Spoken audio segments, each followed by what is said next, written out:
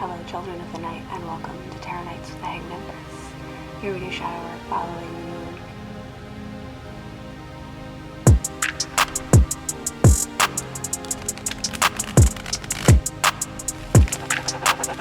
Yo, VI, play the beat.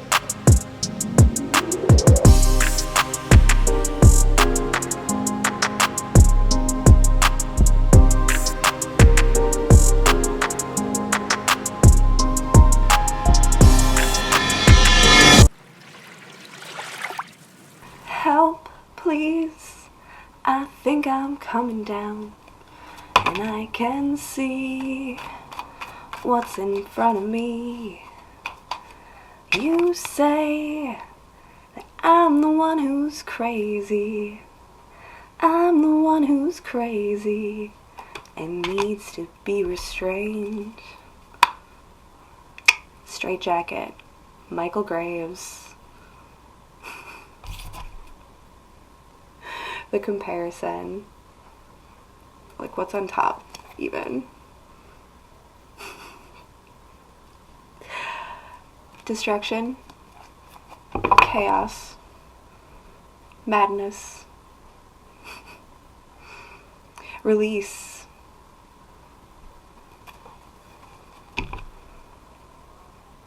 rebirth,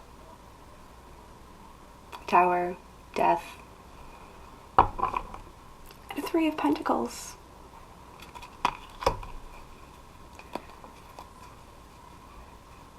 There is a whole bunch of stuff turning up, moving around, getting shifted, getting blown up, through, and into things.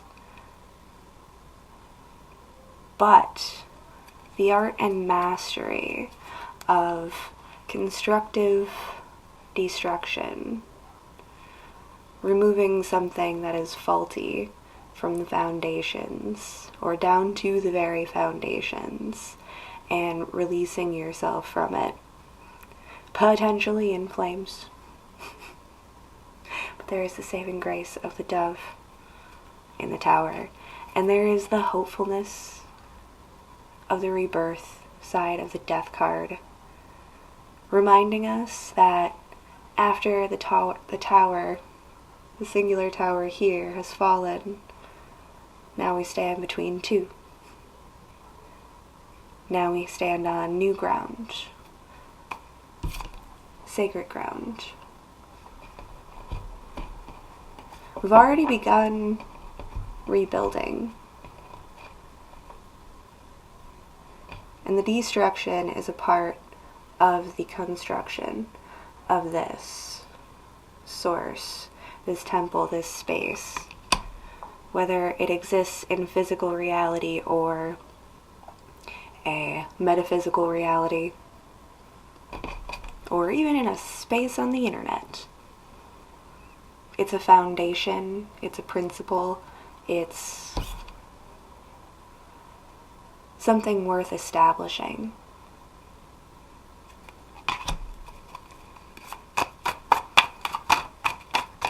In the end, we got people into work.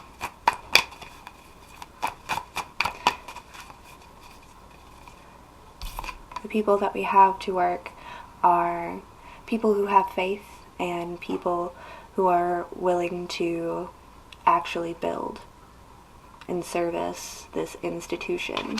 And each one has its necessary point of position. Each position has value.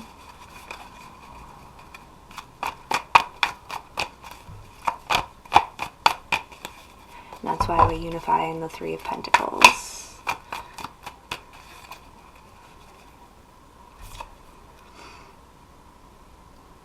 So funny, so contradictive to bring out the Hermit card. It turns the light to a more internal structure, foundation, our own values and morals and things that we're building within and upon ourselves, and how that rebirth process is small and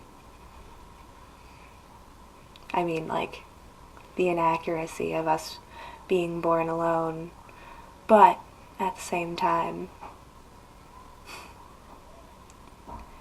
it's an individual experience with potential for growth.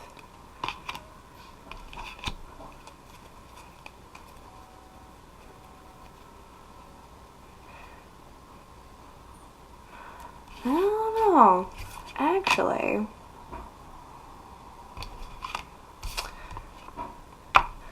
This hermit might actually be giving me a little bit more hobo. Like actual, like, not having a whole bunch of anything. Like this person doesn't have a lot of earthly possessions, but the things that he holds on to are his medicinal staff, his internal light, and he has a golden egg.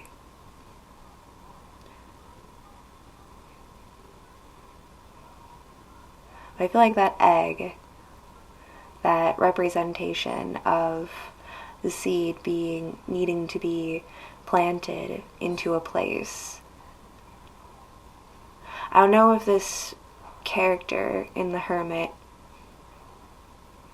was sent out to find this golden egg or just happened upon it, but I feel like this is the third energy in the Three of Pentacles. We only have two characters on this side of the card, so this is the entrance of another, who again doesn't have much seemingly on the outside, but possesses things of great value if you know how to look at it.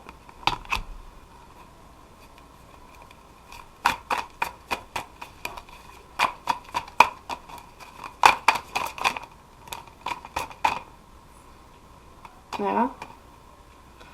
You say so?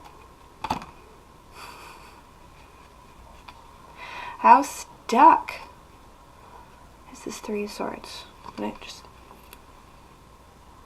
just stuck. Here, give you all that. Gave you all of that.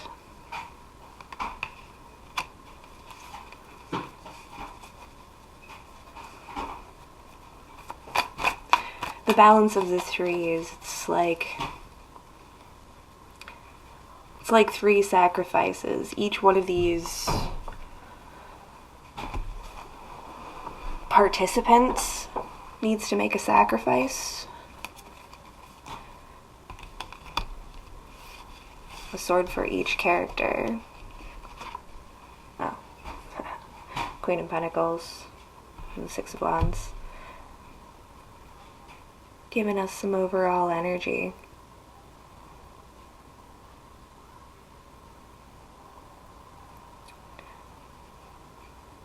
Yeah, it's equal.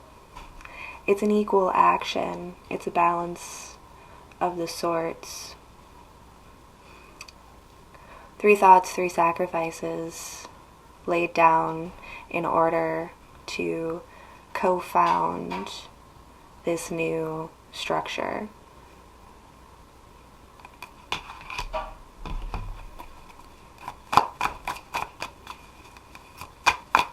Internally or externally, which we're working on a lot of different things here.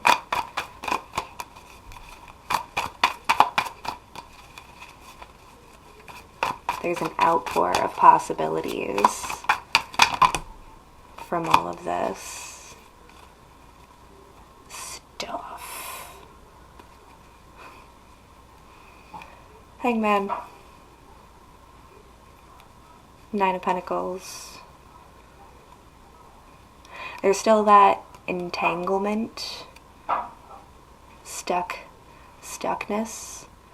hanging around, attachments, but there are also exchanges, plans, spelled out in a very interesting way. Tower, 10 of Wands, and the 4 of Wands.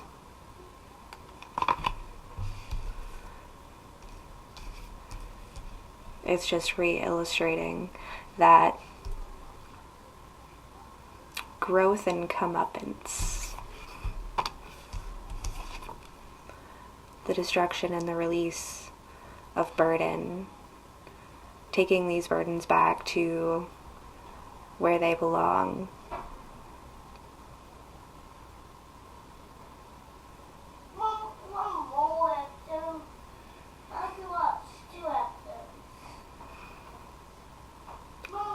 Alright, 1 second. Actually, that pause was really good. I noticed something in this card that I hadn't really noticed before. These 2 characters down here are from the Chariot. They're the light horse and the dark horse. Our higher and lower selves represented. And at the bottom of this tower is the Chariot in rubble. So someone crashed the Chariot into this tower, and then an act of God came down and struck this tower to finish the job.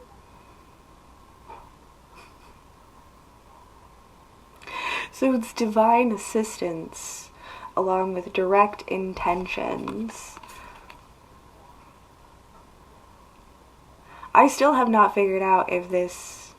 I feel like this 10 goes in 2 different directions, and it might be the light horse and the dark horse pulling on my perspectives of this 10 of Wands, because on one hand it feels like packing up all of these burdens and putting them into that Chariot and driving it into the tower, just taking all of that shit back to its source and crashing it into the building. But also, this 10 of Wands might be an amount of resources being carried away from the rubble to establish, refound this 4 of Wands, which is a representation of that fresh start. So we might actually be carrying a lot with us from the wreckage of this circumstance and situation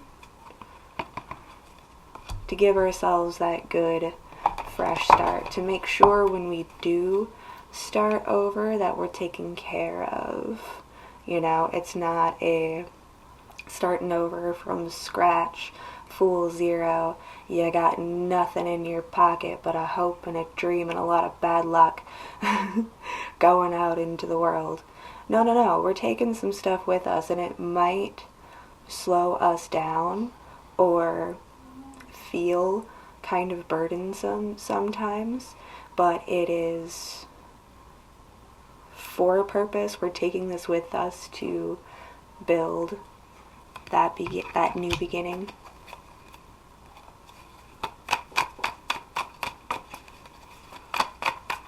So you can read that both ways. We can pull that in a lot of different directions. On one hand, it could just be fuel for the fire. On the other hand, we might take some of that back with us to construct out of our destruction.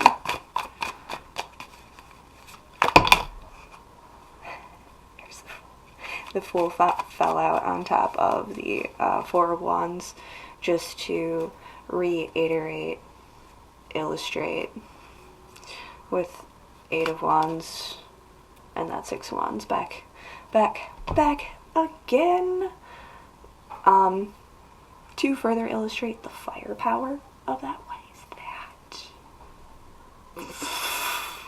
I don't know what happened there.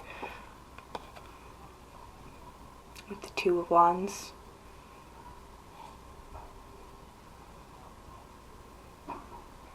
Firepower and ammunition, certainly, but also like solid resources and things to really make stuff with.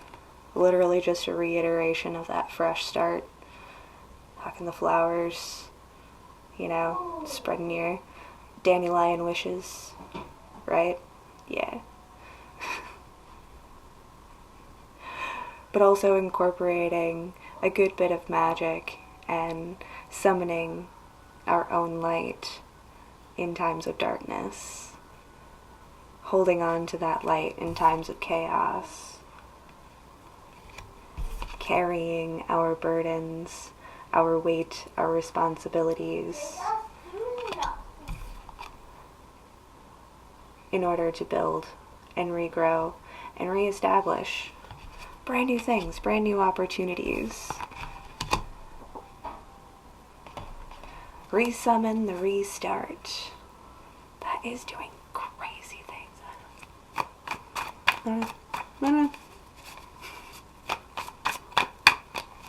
Some days, just don't know.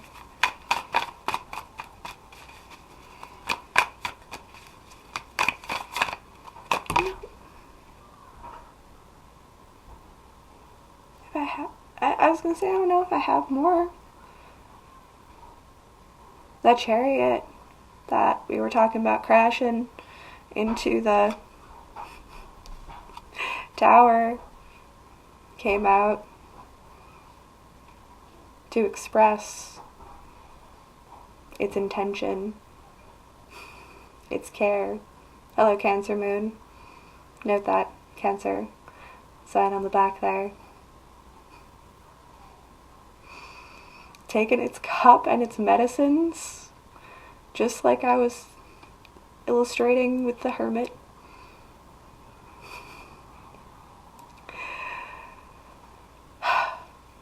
Literally pointing at the Rado rune. Let's get rolling. As the ground breaks up behind us, making that getaway. Also, my thumb stabbed. I've been holding this guy back, just so you know. We're holding this guy back, this devil back, as we make this getaway. Yeah. The devil was hiding inside that. The devil lived inside that tower. Yeah. The devil lived inside that tower. That's why. Once we did our part and crashed that chariot into that tower, that's why the alignment and confirmation and reiteration, the hitting it hard, you say a thing, you kind of think it's right, and then it just like, no, really though, spot on. I'm gonna come in and finish the job. Yeah. Knight of Wands. Carrying on, carrying forward, moving through. I'm enjoying the firepower and this earthy, watery sun-moon combo that we've got going on. I think it's some of that Mars and Pluto, we got some fight left in us. And it's causing a ruckus in a good way. Keep your intentions and keep your virtues. Keep working with the resources that you have. And remember that this is going to take sacrifice. This is going to take some intentional destruction, movement of energy, and reconstruction.